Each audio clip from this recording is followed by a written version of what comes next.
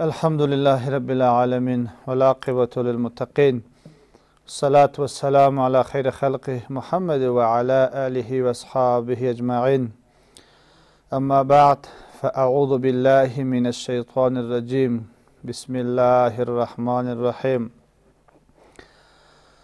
وقال الله تبارك وتعالى في القرآن الحكيم يا أيها الذين آمنوا لا يسخر قوم من قوم عسى أن يكونوا خيرا منهم الآية صدق الله العظيم سبحانك لا علم لنا إلا ما علمتنا إنك أنت العليم الحكيم رب اشرح لي صدري ويسر لي أمري واحلل عقدة من لساني يفقه قولي ربي زدني علما اللهم صل على سيدنا محمد وعلى آله سيدنا محمد بارک و سلم.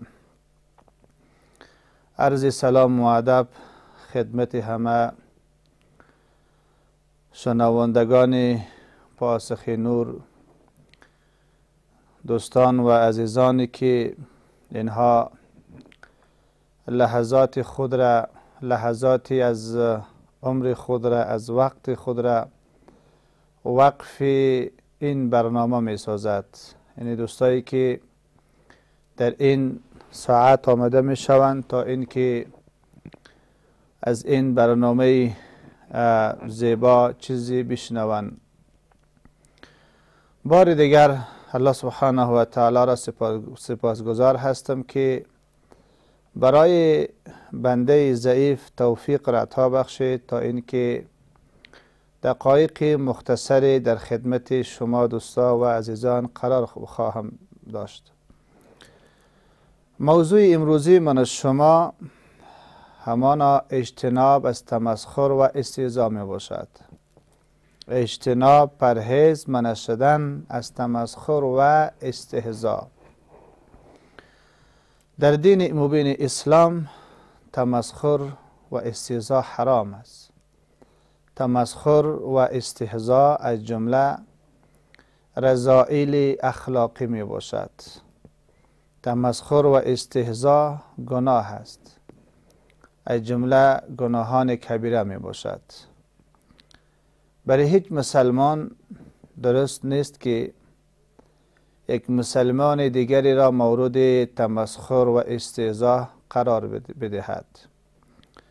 تمسخر این را گفته می شود، تمسخر به معنای حقیر شمردن و سبک شمردن را گفته می شود. یک انسان یک کسی را به نظر حقیر بشمارد، به نظر سبک بشمارد، این را تمسخر گفته می شود. برای هیچ انسان جواز نداره بگوید که من پیش الله محبوب هستم، مرا الله دوست دارد. برای هیچ انسان درست نیست که چنین ادعایی داشته باشد، ولی هر انسان تلاش میکند که پیش الله مقرب شود، محبوب الهی شود. هر یکی من شما تلاش میکنیم تا اینکه الله متعال از من شما راضی شود و کوشش میکنیم که با الله سبحانه و تعالی طاعت و بندگی داشته باشیم. ولی چنین ادعا را کرده نمیتوانیم که ما پیش الله مقرب هستیم، ما پیش الله محترم هستیم، ما را الله دوست دارد. در این چنین ادعا کرده نمیتوانیم. یک کسی ادعا بکنه که مرا الله دوست دارد و دیگران را الله دوست ندارد، یا یک کسی ادعا بکنه من از فلانی بهتر و خوبتر می باشم، یا یکی پس انسان خود را نسبت به دیگران یک نوع برای خود برتری قائل شود. بدون شک تمسخر و استهزا در اسلام حرام قرار داده شده است. برای هر فرد مؤمن و مسلمان لازم هست که از تمسخر و استهزا در حق یک برادر مسلمانش خودداری بکند. تمسخر و استهزا از جمله صفات قبیحه کفار و منافقین می باشد. اگر من شما دقیق شویم، در صدر اسلام کسایی بودن از کفار و منافقین که اینها با نزول وحی، با آمدن قرآن عظیم شان و همچنان با بعثت رسول اکرم صلی الله علیه و سلم اینها بودند که انبیای کرام را و قرآن کلام الهی را مورد تمسخر و استهزاء قرار می دهند. الله سبحانه و تعالی در کلامش می فرماید، از منافقین اشاره می کند، انما نحن مستهزئون. منافقین می گفتند که ما جزئی نیست که از جمله استهزاء کنندگان هستیم، ما در حق مسلمانان تمسخر میکنیم. در صدر اسلام کسایی بودن از منافقان می آمدن به پیش رسول اکرم صلی الله علیه و سلم، ادعای ایمان را میکردند، ادعای اسلامیت را میکردند، میگفتند که ما ایمان داریم به الله سبحانه و تعالی و رسول اکرم صلی الله علیه و سلم، اما الله سبحانه و تعالی به ذریعه وحی پیامبر خود را آگاه ساخت که فرمود اینها دروغ میگویند، اینها ایمان نیاورده اند. کسایی بودند که می آمدن پیش اصحاب کرام و نزد رسول اکرم صلی الله علیه و سلم، حتی از این منافقان تا صبحکی مسلمان می شدن، 1 ساعت 2 ساعت، و همچنان در نماز استاد می شدن، 1 رکعت 2 رکعت می خوندن، باز از نماز فرار می کردن، 1 ساعت 2 ساعت مسلمان می شدن، پس دوباره می رفتن به طرف دین خودشان. می خواستن که مسلمانها در یک شک و تردد قرار بدهد. باز مسلمانان به اصحاب کرام می گفتن که ما آمدیم اسلام را امتحان کردیم و ما دانستیم که اسلام حقیقت نداشته است، اسلام دینی بر حق نبوده. این چنین به اصحاب کرام یک نوع شک و تردد را بر اینها واقع می ساختند و همچنان اینها ادعای اسلامیت میکردند، ادعای ایمانداری میکردند. الله سبحانه و تعالی فرمود که اینها مؤمنین نیستند، اینها مؤمن نشدند. زمانی که منافقان به نزد اصحاب کرام می آمدند ادعای اسلامیت را میکردند و زمانی که می رفتند به پیش رهبران و بزرگانشان پرسان میکردند که آیا تو ایمان آورده اید؟ آیا شما مسلمان شده اید؟ می گفتند نخیر، ما مسلمان نشده ایم. باز رهبرانشان می گفتند که شما به همراه اصحاب کرام قرار داشتید، اونجا در نماز استاد میشید و اونجا کلمه می خواندید. و منافقان می گفتند که انما نحن مستهزئون، جز این نیست که ما بر اصحاب کرام استهزاء میکنیم، ما آنها را تمسخر میکنیم، اصحاب کرام را مورد تمسخر قرار میدهیم، به دین اسلام تمسخر میکنیم. تمسخر به دین اسلام حرام است، تمسخر به کلام الهی، تمسخر از جمله گناهان کبیره است. تمسخر، استهزاء یک عمل قبیحی است که انسان را به طرف نفاق میکشاند. چرا؟ این تمسخر و استهزاء از جمله صفات مؤمنین و مسلمان نیست، بلکه از جمله صفات منافقین و کفار می باشد.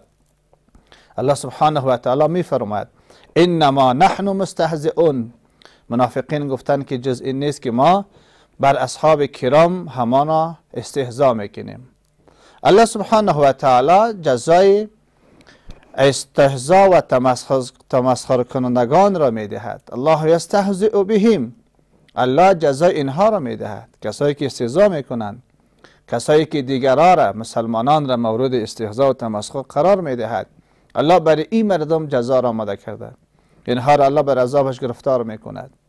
برای هیچ فرد مسلمان درست نیست که کسی را مورد تمسخر قرار بدهد، برای هیچ انسان جواز ندارد. و این تمسخر هم برابر است که با اشاره سر باشد یا با اشاره دست باشد یا با طریق خنده باشد یا با وسیله صدا باشد، به هر قسمی که باشد حرام است. یک کسی بر بالا کس تمسخر میکنه، بر ازو صدا میکشد، یا یکی بر ازو خنده میکند، خنده که تمسخر آمیز باشد، یا با چشم اشاره میکند، طوری که منافقان زمانی که از نزد اصحاب کرام تیر میشدن، و اصحاب کرام با یک نوع چشمک میزدن، با آنها با گوشه چشم نگاه میکردن، آنها را مورد تمسخر قرار میدادن.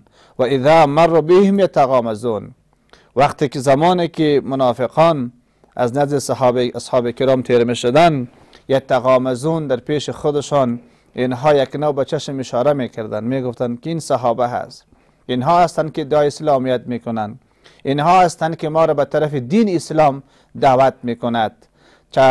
تمسخر، استهزاء به هر نوع، به هر قسمی که باشد در دین مبین اسلام حرام می باشد. حضرت عبدالله ابن مسعود رضی الله عنه می فرماید البلاء موکول بالقول، تمام آفات و بلا و مصائب وابسته به سخن هست. تمام آفات و مصائب بدون شکی ای وابسته به سخن انسان است، به حرف انسان است. حرف انسان چگونه هست؟ هر انسان متوجه حرف خود باشد. زمانی که ما صحبت میکنیم، تکلم میکنیم، گپ میزنیم، ما متوجه صحبت های خود باید باشیم. چرا؟ اکثر آفات و بلیات از طریق سخن انسان به انسان برمیگردد. در آیه دیگری الله میفرماید که ما یلفظ من قول الا لدیه رقیب عتید. تکلم نمی کند یک مسلمان، صحبت نمی کند یک مسلمان مگر ای که الله متعال برای از او گماشته هست یک فرشته نگهبان را. فرشته موظف است، فرشته است که گفتار انسان را نوشته می کند، فرشته است که آنچه که انسان تکلم می کند، آنچه که انسان او را بیان می کند، آن را ملائکه نوشته می کند. کراما کاتبین. در جای دیگری الله اشاره می کند که به همراه هر انسان دو فرشته کاتبین گرامی هست که تمام افعال و کردار و اعمال انسان را نوشته می کند. حضرت عبدالله ابن مسعود رضی الله عنه می فرماید که اگر من سگی را ببینم و آن سگ را مورد تمسخر قرار بدهم، میگم می ترسم که من هم به مثل آن سگ نشوم. تمسخر به حیوانات هم حرام است. تمسخر و استهزاء بر انسانها در حق انسانها درست نیست، حتی برای حیوانات هم ناجواز هست. یعنی یک مسلمان نمیتونه که یک حیوان را مورد تمسخر و استهزاء قرار بدهد. اگر من و شما میبینیم یک حیوان بدرنگ و بدشکل را، یک پیشک یا سگ یا حیوان دیگر، هر حیوانی که باشد، او را میبینیم که بدرنگ است، بدشکل هست، ما نمیتونیم او را به چشم حقارت نگاه بکنیم، ما نمیتونیم که او را به چشم ذلت نگاه بکنیم، ما نمیتونیم که حتی به او توهین بکنیم، او را مورد تحقیر قرار بدهیم. چرا؟ به خاطر اینکه خالق از او الله متعال هست، خالق از او ذات اقدس و مهربان است، پروردگار عالمیان است. طوری که من و تو را الله آفریده است، او را هم الله متعال آفریده است. اگر او در چشم من و شما آن حیوان زیبا معلوم نشود، ولی پیش الله زیبا هست. آن حیوان پیش الله متعال زیبا. چرا؟ مخلوق خالقی از او کسی که او را هست کرده، کسی که او را آفریده، خالقی از او همانا الله سبحانه و تعالی می باشد. اگر من شما یک پیشک حیوان را میبینیم، برای من شما جواز نداره که او را من تو مورد تمسخر قرار بدهیم.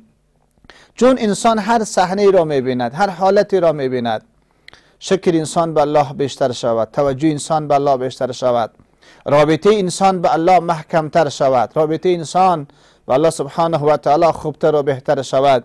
اگر یک حیوان را میبینیم که در یک گوشه افتاده است، یک حیوانی که بد شکل و بدرنگ است، او را میبینیم، اینجا هم ما به فکر شویم، به فکر خود شویم که پروردگارا ما را الله به چه قسم آفرید، الله برای ما عزت و شرافت و بزرگی را عطا فرمود.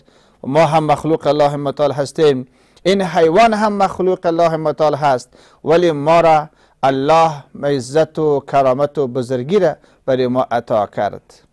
حتی بر انسان هم جواز نداره که یک حیوان را مورد تمسخر قرار بدهد.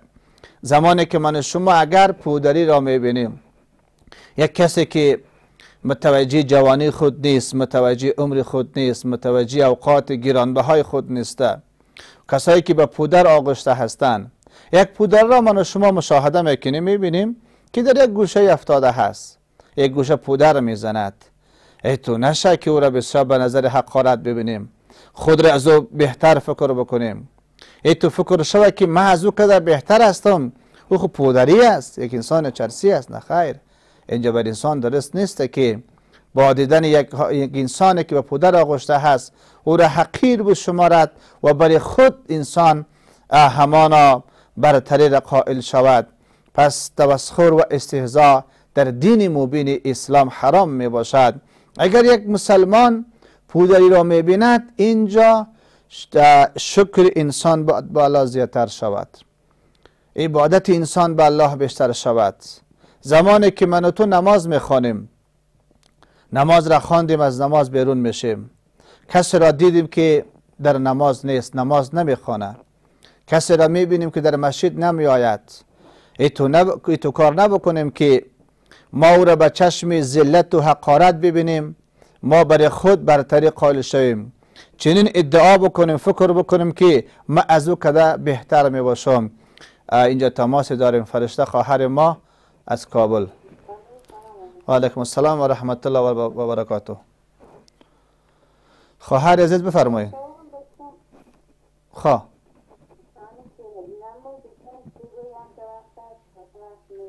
امی سوالتان خواهر دوباره تکرار بکنین.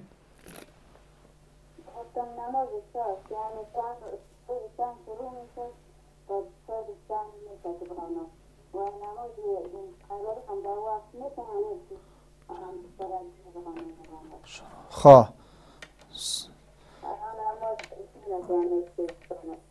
نماز قضایی در صبح سیست. خواهر بخیر باشین. دیگه خود سوال ندارین انشاءالله؟ خواه بفرمایین.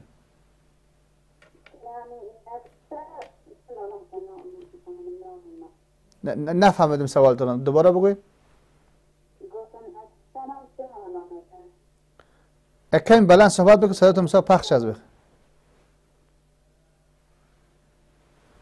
یک کمی خواهر بلند صحبت بکنین. ها نفیسه؟ سیست. نفیسه گفتی نه؟ سید بخیر باشین.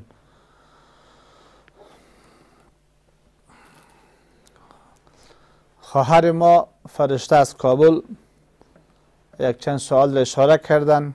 اینها گفتن که نماز صبح از چند شروع می شود؟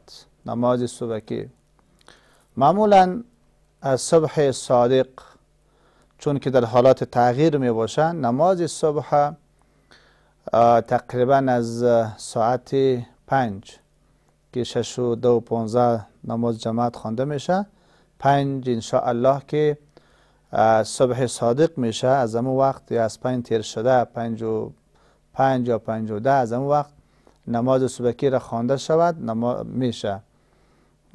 ولی مستحبی است که نماز صبحی را به طرف اسفار خوانده شود. اسفار به معنی سفیدی، یعنی خوب نماز طور خوانده شود که تاریکی زائل شود، تاریکی برود و یک ذره هوا روشن شود.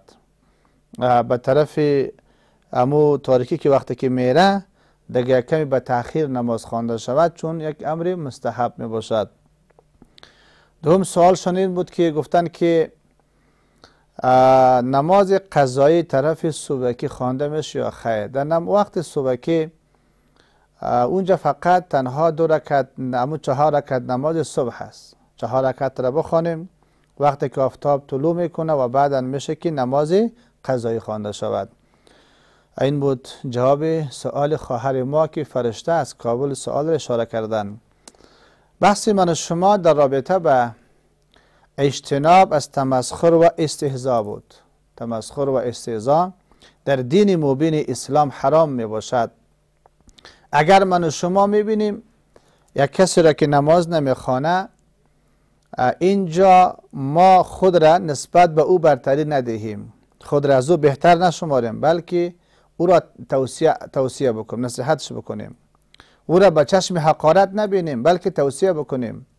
کسی را میبینیم در گناه است، کسی که مرتکب گناه میشه، جای میریم یک کسی شراب مینوشن، یک کسی در قمار است یا در گناه دیگری است، اینجا نه او توهین شود، نه مورد تحقیر قرار بگیرد، بلکه با او دعوت شود، توصیه و نصیحت شود. انبیای کرام هر یک اینها امتان خود را دعوت میکردند. حضرت ابراهیم علیه السلام، نوح علیه السلام، ابراهیم علیه السلام، هر پیامبر زمانی که قومشان بت پرستش میکردن، قومشان هر یک از اینها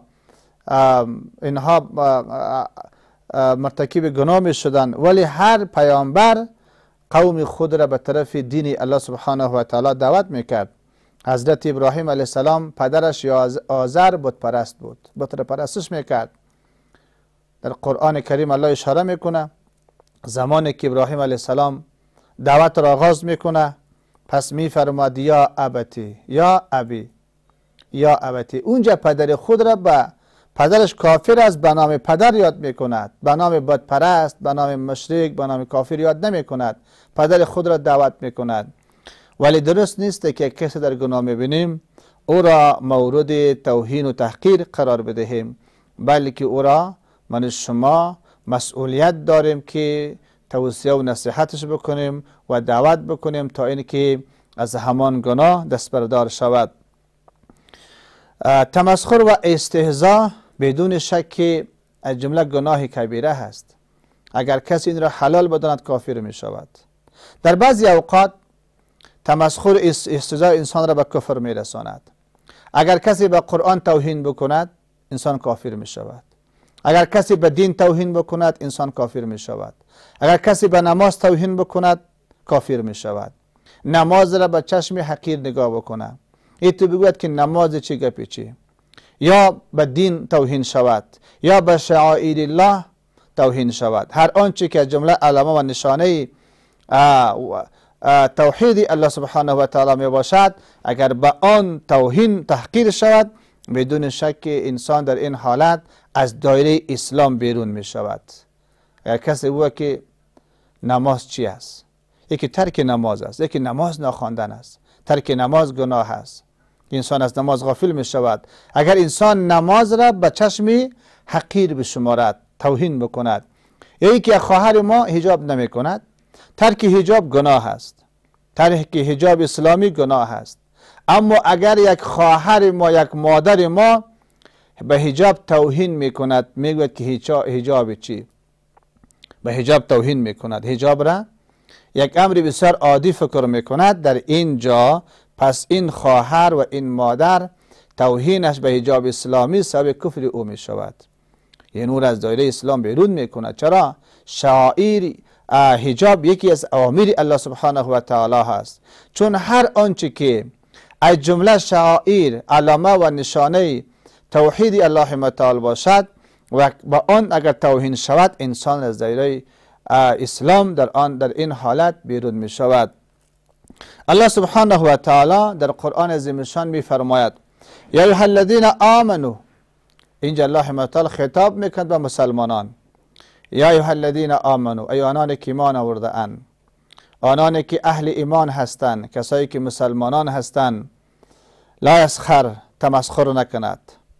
لا یسخر، تمسخر و استهزاء نکند. قوم من قوم، یک قوم به دیگر قوم، یک گروه به دیگر گروه تمسخر نکند. در اینجا الله سبحانه و تعالی تمسخر و استهزاء را الله متعال حرام گردانیده است. الله متعال بندگان خود را منع می کند، می فرماید که ای مؤمنین و مسلمانان شما یک دیگر را مورد توهین و تحقیر قرار ندهید. لا یسخر قوم من قوم، تمسخر استهزاء نکند یک قوم دیگر را. عسى یکونوا خیرا منهم، شاید او کسی که مورد تمسخر قرار میگیرد او بهتر باشد، شاید او از نگاه تقوا، از نگاه اخلاق بهتر باشد، شاید او پیش الله محبوب باشد. الله سبحانه و تعالی می فرماید که عسى یکونوا خیرا منهم، شاید او کسی را که مورد توهین قرار داده می شوند شاید او انسان به نزد الله متعال انسان مقرب باشد، شاید که او دوستی الله سبحانه و تعالی باشد.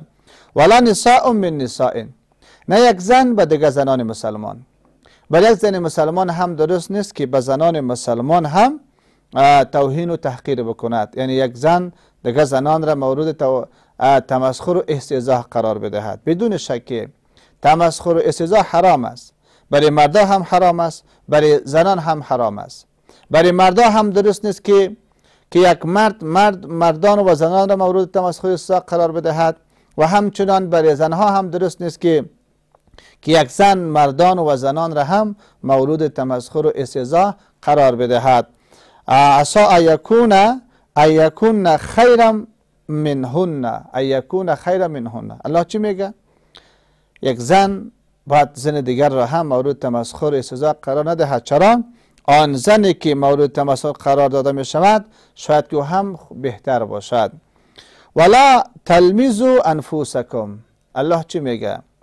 عیب جویی نکنید نفسهای خود را. کلمه تلمیز به معنای عیب جویی و طعنه را گفته می شود.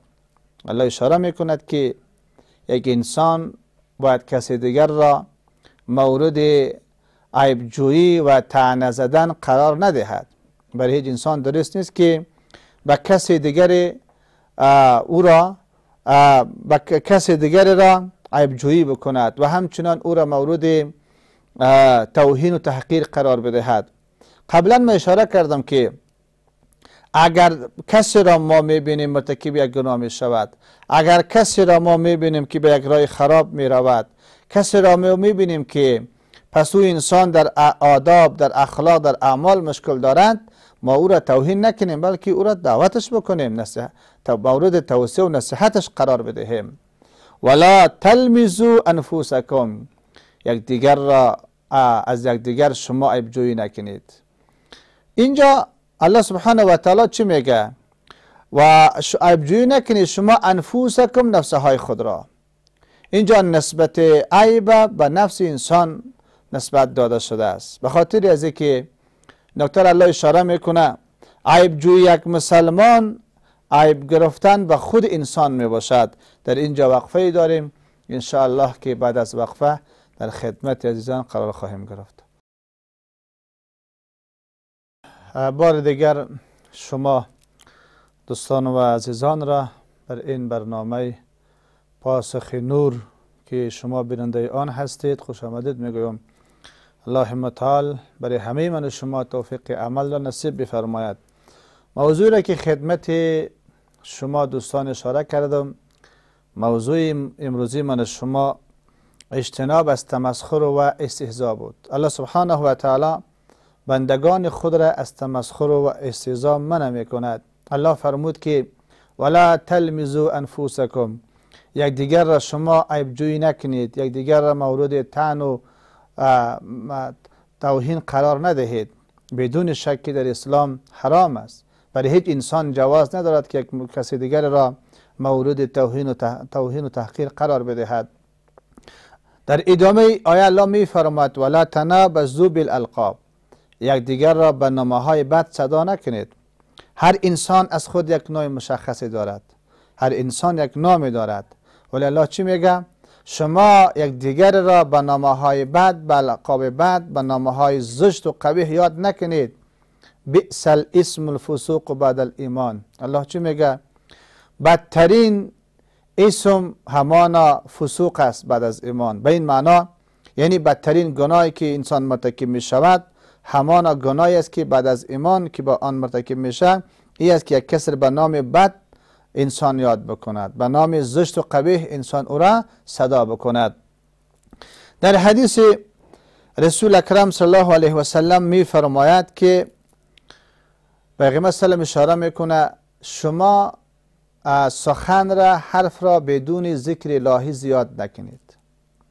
یک کسی که زیاد گپ میزنه باید که به جای زیاد گپ زدن و زیاد صحبت کردن همانا به ذکر عبادت الله مصروف شود، به ذکر و تسبیح الهی مصروف شود.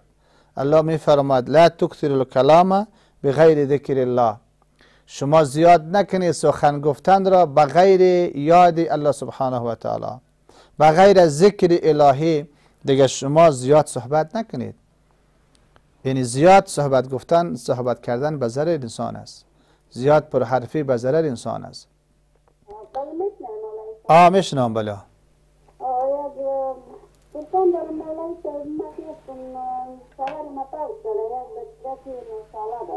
خب امی شوهر ما که بود در اسکول اردو کار میکرد، باز کتاب شده دنیم لک اکرامی شده. خواه با یکی نیم لک ما طلای خودشان دا کردیم، با دیادر ما دادیم که افکار ما تنشی نداریم تحریم یا جنسیز شده. باز دیاد مولای شایستان کدوم دوسته که دهی زکات میشه، یا که سوال کردیم از شما که دهی پیسه زکات میشه. چقدر پیسه گفتید خواهر؟ دنیم لک اکرامی شوهر ما دادیم، خواه دنیم لک ما طلای خودشان دا کردیم. خواه سیز یا کشان دیگه هم داریم. خواه ما که کسی زکات بیشترانی بچه که ما بیوه هستم بچه که ما صغیر است مثالت ما زکات گرفته میتونیم از دیگه کسی که به شما زکات بدهد؟ دیگه برایم که بیشتر ما زکات. خواه درست است خواهر. سوال تا نگرفتم خواهر، شما منتظر جواب باشین. بخیر و خوشین خواهر. خواهر ما سعیده از بلخ دو سوال اشاره کردن، گفتن که 2.5 لک افغانی پول دارن، آیا در این مقدار پولی که دارن زکات لازم میشه یا نمیشه؟ خواهر ما پولی که دارن گرچه که شوهرشان فوت کرده و یتیم هم دارند که یک طفلشان گفتن 9 ساله هست، این پیسه که است برای بالای پیسه بدون شک زکات لازم میشه. زکات در این پیسه لازم میشه. در 40,000 افغانی 1,000 زکات میشه، در 80,000 2,000 به همین شکل حساب میشه. پس پولی که به خواهر ما گفتن ما اینقدر داریم، برای این مقدار پیسه که دارن زکات بر بالایشان لازم میشه. اینجا باز شرط هم نیست که خانه دارن یا ندارن. یک کسی مالک 40,000 باشه، اونجا ضرور نیست که خانه داره یا نداره، موتر داره یا نداره. زمانی که 40,000 افغانی به طور نقده در خانه باشه، او را مصارف نکنه و سال هم پوره شوه، در اینجا بر بالای این انسان زکات فرض می شود. دومی که خواهر ما هم اشاره کردن که کسی اگر به اینها زکات بدهد، آیا بر اینها جواز داره که زکات را بگیره یا نگیره؟ چون که خواهر ما غنی است، اینها فقیر نیستن، غنی هستن، بر اینها درست نیست که زکات را بگیرن. زکات به غنی جواز نداره. زکات به البته برای غنی صدقه میشه، زکات برای غنی نمیشه. اگر کسی برای غنی زکات را میدهد، باز این زکات از گردن آن انسان هم ساقط نمیشه. یعنی کسی که زکات میده از گردن یزو ساقط نمیشه که اگر او زکات خود را به یک فرد غنی و پولدار میدهد، کسی که ثروتمند است. باز برادر شما میشه که براتون چیزی را هدیه بده، یعنی کمک همکاری داشته باشه، اما چیزی که همکاری میکنن یا پولی که میتن در زکات حساب نکنه، در غیر زکات میتونه که برای خواهرشان این همکاری داشته باشد. البته یک نوع حیله جواز داره. اگر برای خواهر ما سعیده که اشاره کردن بخواهند که برادرشان بر اینها زکات بدهد، چون اینها خودشان غنی هستند، باز اینجا میشه یک نوع حیله شوه، زکات را به یک کسی بده از نزدیکانشان و بس او را قبض بکنه و بعدا او میتونه که برای شما او را هبه و بخشش بکند. این بود جواب سؤال خواهر ما سعیده از بهداشتان. موضوع من شما اجتناب از تمسخر و استهزا بود. تمسخر و استهزا به معنای حقیر شمردن یک انسان، به معنای سبک شمردن یک انسان می باشد. یک انسان را ما او را اهمیت ندهیم، یک کسی را او را به چشم حقارت نگاه بکنیم، کسی را که ما از او خود را برتر و بهتر فکر بکنیم. معیار برتری و پیش الله متعال تقوا و پرهیزگاری است. یک انسانی که به هر اندازه که تقوا داشته باشد، به هر اندازه که خدا ترس باشد، مهم نیست که فقیر است یا ثروتمند، مهم نیست که انسان چه قسم است، انسان یک فرد عادی است یا یک فرد رئیس است، در هر حالتی که باشد، اما انسان که تقوا و خدا ترس داشته باشد، پس معیار برتری انسان به نزد الله متعال همان تقوا و خدا ترسی می باشد. یک انسانی که اگر خود را از دیگران بهتر بشمارد، این تکبر است. تکبر امی را گفته می شود که یک انسان برای خود احترام قائل می شود، که خود را بهتر از دیگران فکر می کند، خود را از دیگران بهتر فکر می کند. حتی پیغمبر صلی الله علیه و سلم می فرماید یک کسی با کسی روبرو میشه، این انسان سلام نمیده، منتظر است که جانب مقابل سلام بدهد. این هم تکبر است، این هم تکبر و غرور است. چرا؟ انسان سلام نمیدهد، سلام را عیب میداند، سلام را به خود آر ننگ میداند که ما به او سلام بدهم، به این معنی که او کی است که ما سلام بدهم، میگه او برای ما سلام بدهد. این هم تکبر و غرور می باشد. تمسخر و استهزاء از صفات مؤمنین نیست، بلکه از جمله صفات کفار و منافقین می باشد. رسول اکرم صلی الله علیه و سلم می فرماید کسی که ایمان داره به الله و روز آخرت فلیقل خیرا، باید سخن خیر بگوید، سخن مفید را اشاره بکند، سخن ارزشمند را اشاره بکند. کسی که ایمان داره به الله سبحانه و تعالی و روز آخرت باید سخن خیر بیان بکند. اگر یک انسان سخن نیک، سخن خیر گفته نمیتواند، بر انسان لازم است که سکوت را اختیار بکند. بعضی از اوقات را انسان در سکوت سپری بکند. سکوت هم به خیری انسان می باشد. یک صحابه آمد به پیش رسول اکرم صلی الله علیه و سلم، فرمود که من از چه چیز بیشتر از آن در حراس باشم، از چه چیز بترسم؟ رسول اکرم صلی الله علیه و سلم به طرف زبانش اشاره کرد، فرمود که از این زبان بترس، این زبان را حفاظت بکن، متوجه این زبان باش، متوجه این زبان باش. رسول معظم اسلام صلی الله علیه و سلم آن صحابه را هم توصیه کرد، فرمود که و تو متوجه زبانت باش، زبان خود را هم کنترل بکن. رسول معظم اسلام صلی الله علیه و سلم می فرماید که لا تکثروا الکلام بغیر ذکر الله، شما سخن را زیاد نکنید بغیر یاد الله متعال.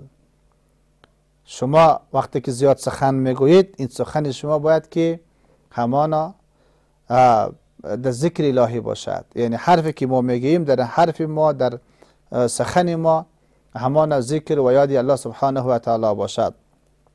فإن کثرة الکلام بغیر ذکر الله، یقینا زیاد سخن گفتن بدون ذکر الله متعال قسوة القلب، قسوة القلب سختی قلب است.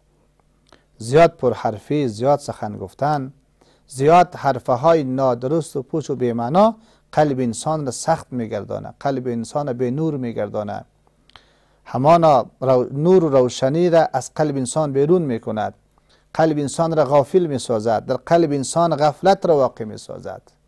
چرا هر عمل نتیجه دارد، هر عمل اثری دارد. زیاد پرحرفی، زیاد سخن گفتن نتیجه چنین می شود که قلب انسان سخت می شود. وقتی یک انسانی که قلبش سخت شد، یک انسانی که قلبا انسان غافل شود، اینجاست که بازی انسان دیگه از عبادت الله به عبادت الله آماده نمی شود. اینجاست که از عبادت الله، از نماز و از اینها غافل می شود. فإن کثرة الکلام بغیر ذکر الله قسوة القلب، زیاد سخن گفتن بدون ذکر الله همانا سختی قلب می باشد.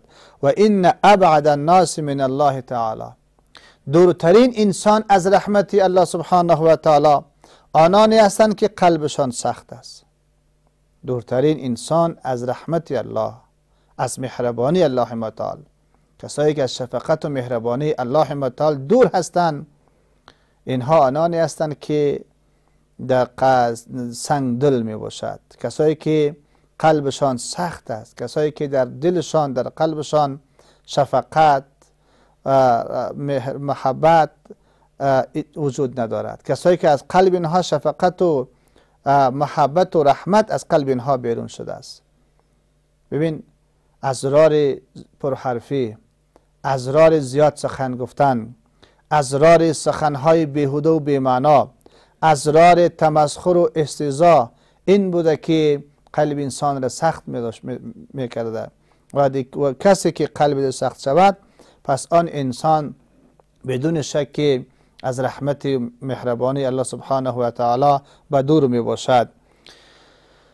در حدیث دیگر رسول اکرم صلی الله علیه و سلم می فرماید که از جمله خوبی ها و زیبایی های اسلامیت یک انسانی است که انسان ترک بکند آنچه که به خیر انسان نباشد، آنچه که به منفعت انسان نباشد. و علیکم السلام و رحمت الله و برکاته. خواهر ما زهرا است کابل.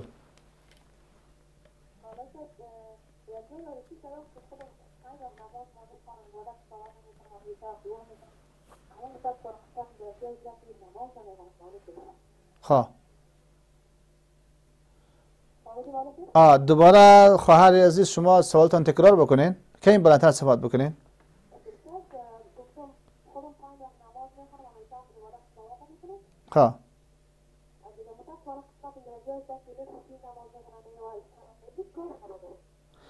خواه جای هستین کس دیگر نماز نمیخونه؟ خانواده نماز نمیخونه؟ سایس خانواده نماز نمیخونه، پدر و مادر و برادرها چطور؟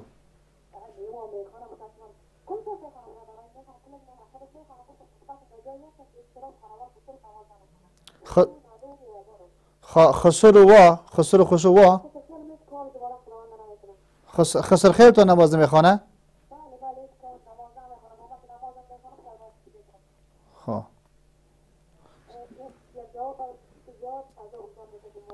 درست است خواهر، بخیر باشین. خواهر ما زهرا از کابل اینها گفتن که در خانواده هستیم که نماز میخوانم اما او خانواده نماز نمیخواند.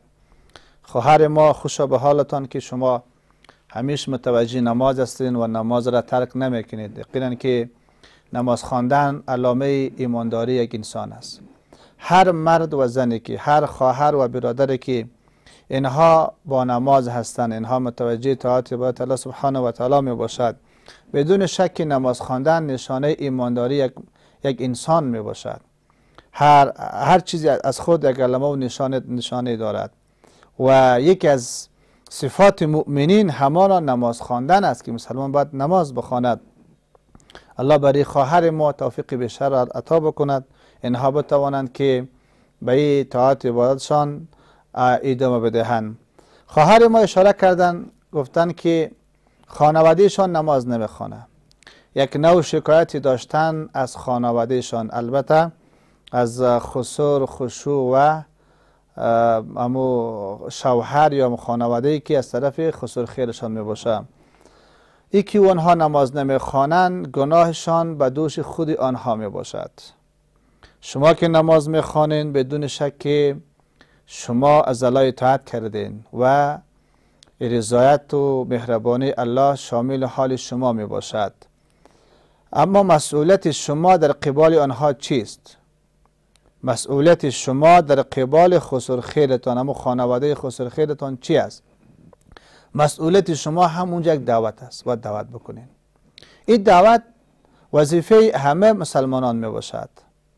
بعضی از دوستان چنین برداشت دارن، فکر میکنن که این دعوت خاص وظیفه علما هست، در حالی که چنین نیست. این دعوت را هر فرد مسلمان میتونه. این توصیه و نصیحت وظیفه هر فرد مسلمان هست. هر مسلمان چه عالم، چه قاری است، چه دکتر است، چه انجینر است، چه مرد است و چه زن است، هر کس میتونه دعوت بکند، حرف خیر داشته باشد، حرف زیبا داشته باشد، یک دیگر را توصیه و نصیحت بکنیم. خواهر ما زهرا که شکایتی که از خانواده خسر داشتن، شما کوشش بکنین که خسر خشوع و شوهرتان را دعوت بکنین، توصیه و نصیحتش بکنین. اگر توصیه و نصیحت نمیشه در حقش دعا بکنین، دعای خیر بکنین، با امید از اینکه آنها هم هدایت شوند و آماده طاعت و عبادات الله سبحانه و تعالی قرار بگیرن. موضوع من شما این بود که تمسخر و استهزاء. رسول معظم اسلام صلی الله علیه و سلم می فرماید از جمله خوبی ها و زیبایی های اسلامیت یک انسان، از جمله خوبی ها و زیبایی های ایمانداری یک انسان، چرا اسلام دین زیبا هست، دین عالی است. اسلام دینی است که در این دین هیچ عیب و نقصی وجود ندارد. در اسلام تمام بخشه های اسلام زیبا هست، اما از جمله خوبی های این اسلام خالمراد برادر ما از جوزجان. و علیکم السلام و رحمت الله. خواهش میکنم بفرمایید.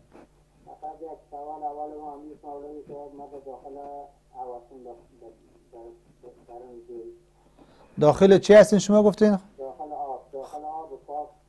خواه در آن جوی فقط تخم پخته میکنم میخورم، اما از تخم لذت نمیبرم. داخل آب جوی شما چه میکنیم اونجا؟ داخل آب جوی هستم، تخم پخته میکنم در لب جوی. خواب دیدین شما؟ داخل آب هستم، بله. خیلی تو اشاره کنین. صحیح است. بله. ما داخل آب فقط در لب جوی تخم پخته میکنم، اما میخورم تخم مزه نمیکنم. سوال دویم ممایز هم نانوایی رو بسیار خواه میگیرم. نانوایی را؟ بله. سوال دویم من پدر محروم من از ما یک مهمان دارن، مهمان جان هستن در اونجا از ما یک آیت میخوایم. من فقط از هم بیتری که قل الله احد میخوانم، فقط دعا میکنم یکم ناراحت میشه از ما. پدرتان حیات دارن؟ زنده هستن؟ پدر ما فوت کرده. شما را می کویت بخونین؟ آیت بخون میگم ما فقط از هم بیتری فقط قل الله احد میخوانم، اصلا ناراحت و میشه از ما. بله. این سه سوال بکنیم جواب بکنیم انشاءالله. بخیر سلامت باشین برادر عزیز، بخیر باشین. به سلامت باشین، بخیر باشین. برادر ما خال محمد از جوزجان چند سوال را، البته یک خوابی که دیده بودن اینها اشاره کردن. اولین خوابشان این بوده که در داخل یک جوی قرار دارند، در داخل آب، و تخم پخته میکنه و این تخم هم برشان لذتی ندارد. بدون شک خوابه ها تعبیر مختلفی می داشته باشد، ولی هر خواب تلاش شود که تعبیر خوب شود. یک کسی خواب میبینه نگوید که ما خواب خوب ندیدیم، خواب خراب دیدیم. خواب طوری است که اگر انسان خواب میبینه هر نوع تعبیری که بکنه همون قسم باز عملی میشه. یعنی خواب انسان هر قسمی که باشه باید او را تعبیر درست بکند. البته خواب را برای هر کس هم اشاره نکنه. چرا؟ خواب بر کسی که اشاره میشه شاید یک کسی خواب را درست تعبیر نکند. این برادر ما که در داخل آب قرار داشتن و تخم را میخورند به معنای روزی هست که انشاءالله در روزی اینها الله خیر و برکت میاندازند و طعام و غذا در شب که برایشان هست بدون شک نشانه ازدیاد نعمت ها و روزی از طرف الله سبحانه و تعالی می باشد. دومی که گفتن نانوایی را خواب میبینیم. نانوایی را خواب میبینیم، خوابشان هم نشانه ازدیاد روزی می باشد. به این معنا که یا شاید شوقتان علاقتان البته به است که در نانوایی کار بکنین و همچنان شاید تعبیر از هم طوری است که الله سبحانه و تعالی در روزی شما خیر و برکت بیاندازد. و سوم خوابتانه که پدرتان برای شما میگوید که آیت بخوانید و بعدا آیت را میخوانید شما، ولی پدرتان از شما یک نوع ناراحت هست. اگر کسی پدر خود در شب ناراحت میبینه، خواب میبینه، در حق از او دعای خیر شود. پدرت برای تو میگوید در خوابت که تو برای من آیت بخوان، یعنی امید دعا را دارد، از شما توقع دعا را دارد که شما در حق پدرتان دعا بکنین. بدون شک از هر انسان اگر پدر و مادرش فوت کرده یا در قید حیات و در حقشان دعا شود. اگر کسی پدر و مادرش فوت کرده تلاش بکنه که همیشه از دعای خیر پدر و مادر را فراموش نکنیم و در حقشان دعای خیر داشته باشیم. آیت را که میخوانین در خوابتان، آیت خواندن در خواب کار نیکی است، یک عمل پسندیده است، یک نوع نشانه محبت داشتن با قرآن عظیم شان می باشد. و اگر قرآن را یاد داشته باشین تلاش بکنین که قرآن تلاوت بکنین، در حق پدرتان دعا بکنین. همیشه قرآن بخوانید و در حق پدرتان دعا بکنین که پدر شما البته توقع دعا را شما می داشته باشد. بحث من شما این بود که تمسخر و استهزاء، از تمسخر و استهزاء باید که اجتناب شود، دوری شود.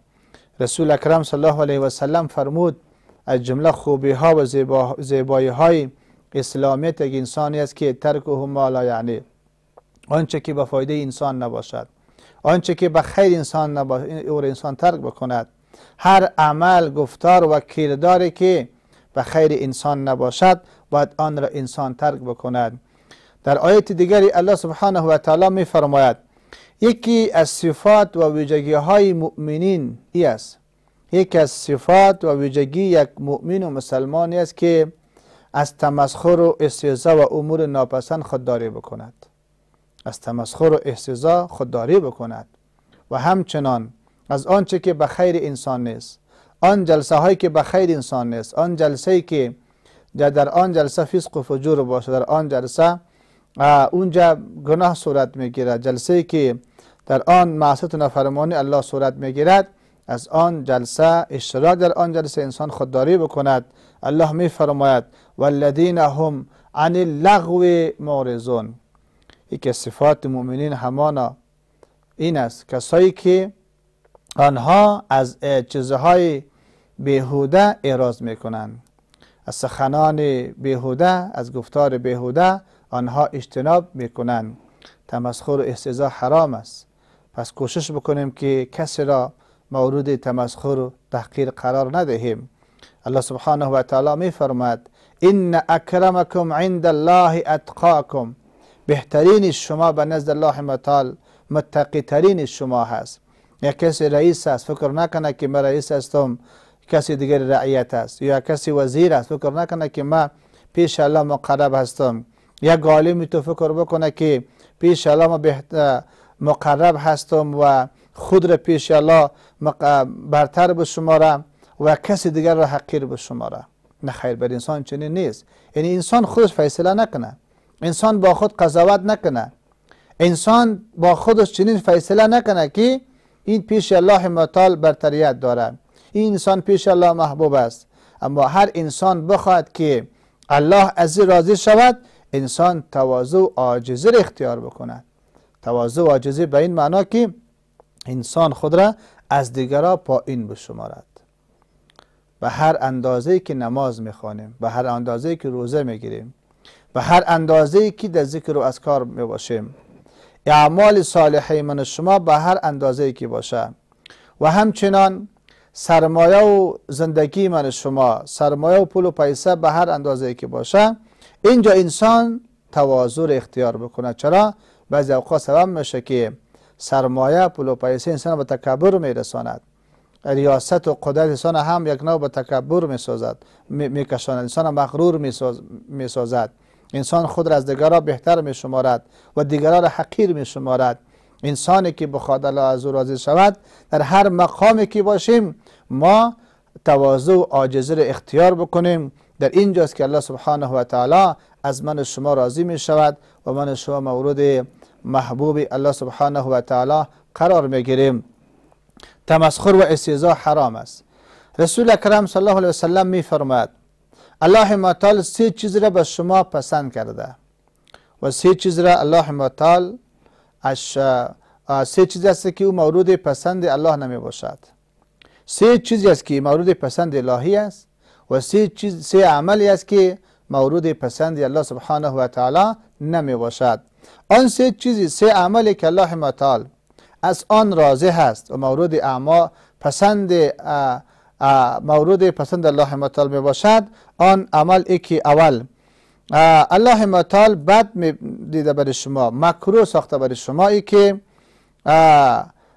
از که شما آنچه که الله متعال حرام گردانیده و آنچه که الله متعال چه کرده او را جواز داده. البته آنچه که برای شما او را الله راضی ساخته، مورد پسند الله متعال هست، اول عبادت الله متعال است. انت عبد الله، شما الله را عبادت بکنید، ولا تشرکو به شیء، با الله چیز را شما شریک قرار نکنید.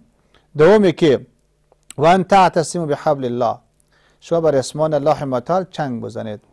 اینجا هم وقتی برنامه من شما هم به اتمام رسیده است.